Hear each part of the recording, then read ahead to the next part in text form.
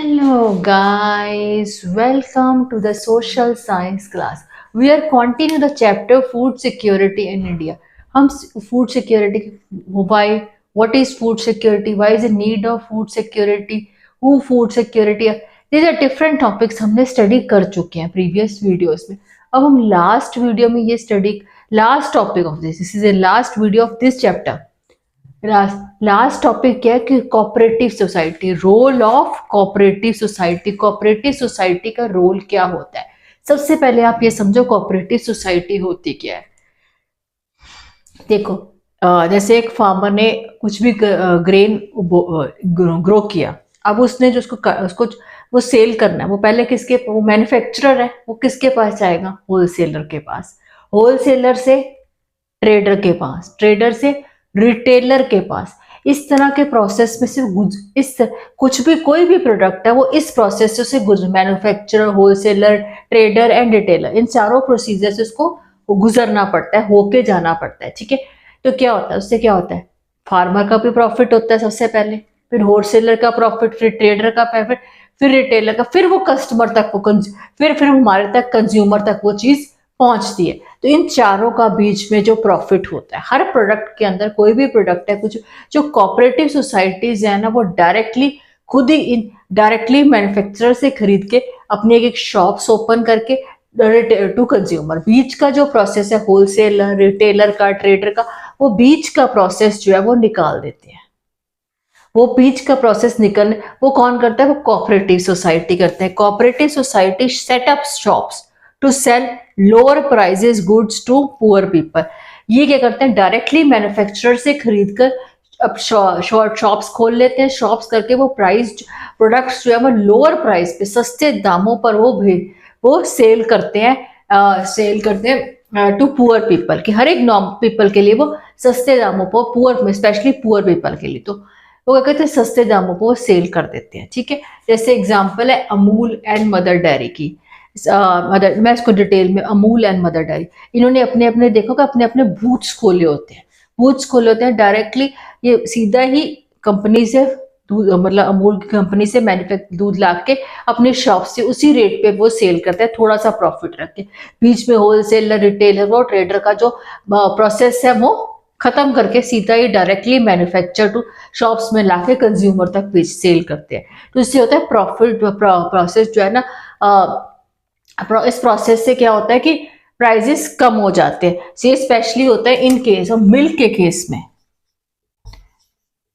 ये सबने देखा होगा, जैसे दिल्ली में अमूल की, दिल्ली में होता है मदर डेयरी की शॉप्स खुली हुई हैं. स्पेशली गुजरात वाली साइड अमूल की शॉप्स खुली, शॉप छोटे छोटे बूथ्स खोले होते हैं जिसमें ये डायरेक्टली सामान को सेल करते हैं. जैसे डेयरी के रिलेटेड प्रोडक्ट्स भी जो वो सारे वो अपनी शॉप से, मैन्युफैक्चरर से खरीद के शॉप्स के अंदर डायरेक्टली वो सेल करते हैं. This is a role of cooperative society. कुछ एग्जाम्पल्स हैं, सम एग्जाम्पल्स हम लोग डिस्कस करते हैं. Out of all fair prices shops running in Tamil Nadu, around 94 run by Tamil Nadu के अंदर सबसे ज्यादा 94% जो है वो कोऑपरेटिव शॉप्स जो है वो चल रही हैं. सबसे ज्यादा तमिलनाडु के अंदर 94% कोऑपरेटिव शॉप्स जो है वो रन कर रहे हैं सोसाइटीज. ठीक है, दिल्ली के अंदर वही एग्जांपल, दिल्ली के अंदर Mother Dairy is making strides of selling milk and vegetables to consumer controlled by government of Delhi. जो मदर डेयरी के जो शॉप्स हैं वो खोली गई हैं, जो वो क्या करती है, वेजिटेबल्स भी सेल करते हैं, वेजिटेबल्स भी, मिल्क के रिलेटेड, वो किसके कंट्रोल में है? दिल्ली गवर्नमेंट की कंट्रोल के अंदर है. जो प्राइस है वो बिल्कुल मिनिमम होगा, ये नहीं होगा, मतलब प्राइस बहुत लोअर प्राइस पे वो सेल कर रहे हैं क्योंकि उसके बीच में से प्रोसेस हट चुका है. डायरेक्टली मैन्युफैक्चर से उनकी शॉप के अंदर आते हैं. उसको कंट्रोल कौन रखता है? Delhi government. Amul is another success story of cooperatives in milk and milk products. ऐसे मदर डेयरी की दिल्ली में, ऐसे ही अमूल की success story of cooperatives in milk and milk. Gujarat के अंदर अमूल जो है वो क्या करता है, मिल्क के प्रोडक्ट्स को सेल करता है. इन्होंने अपने अपने शॉप्स पे, इन्होंने खाली अभी गुजरात में नहीं कर रहे, ये पूरे और other states of the country भी कर रहे हैं, कर रहे। एडीएस, एकेडमिक डेवलपमेंट सोसाइटी, ये क्या है, मोस्टली रन इन महाराष्ट्र है।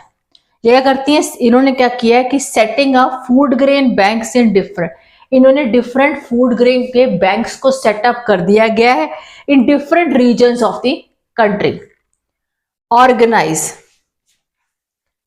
Organise training and capacity building on food security on NGO, different, and इन्होंने ट्रेनिंग और बिल्डिंग्स के एनजीओ को ट्रेंड करते हैं कि किस तरह से फूड सिक्योरिटी इंडिया के अंदर करनी चाहिए। एनजीओ को, ये जो डेवलपमेंट सोसाइटी है जो महाराष्ट्र के अंदर है, ये करती है कि एनजीओ को ट्रेन करती है किस तरह से food security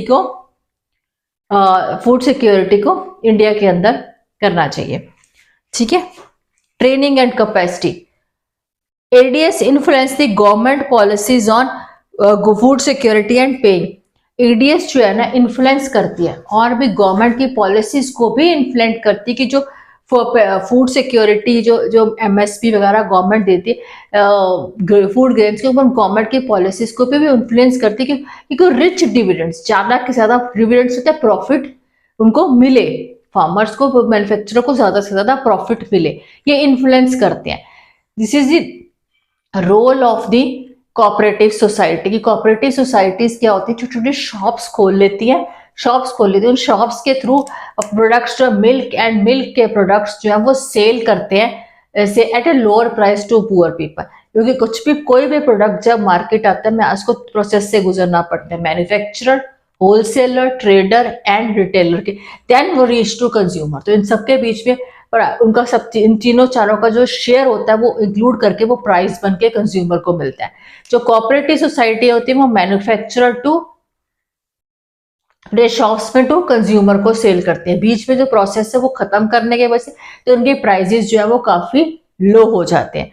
student understand this topic, this is the last topic of this chapter, food security in India. अगर किसी को कुछ नहीं समझ आया please write down on the comments, मैं आपकी क्वेरीज को क्लियर करूंगी।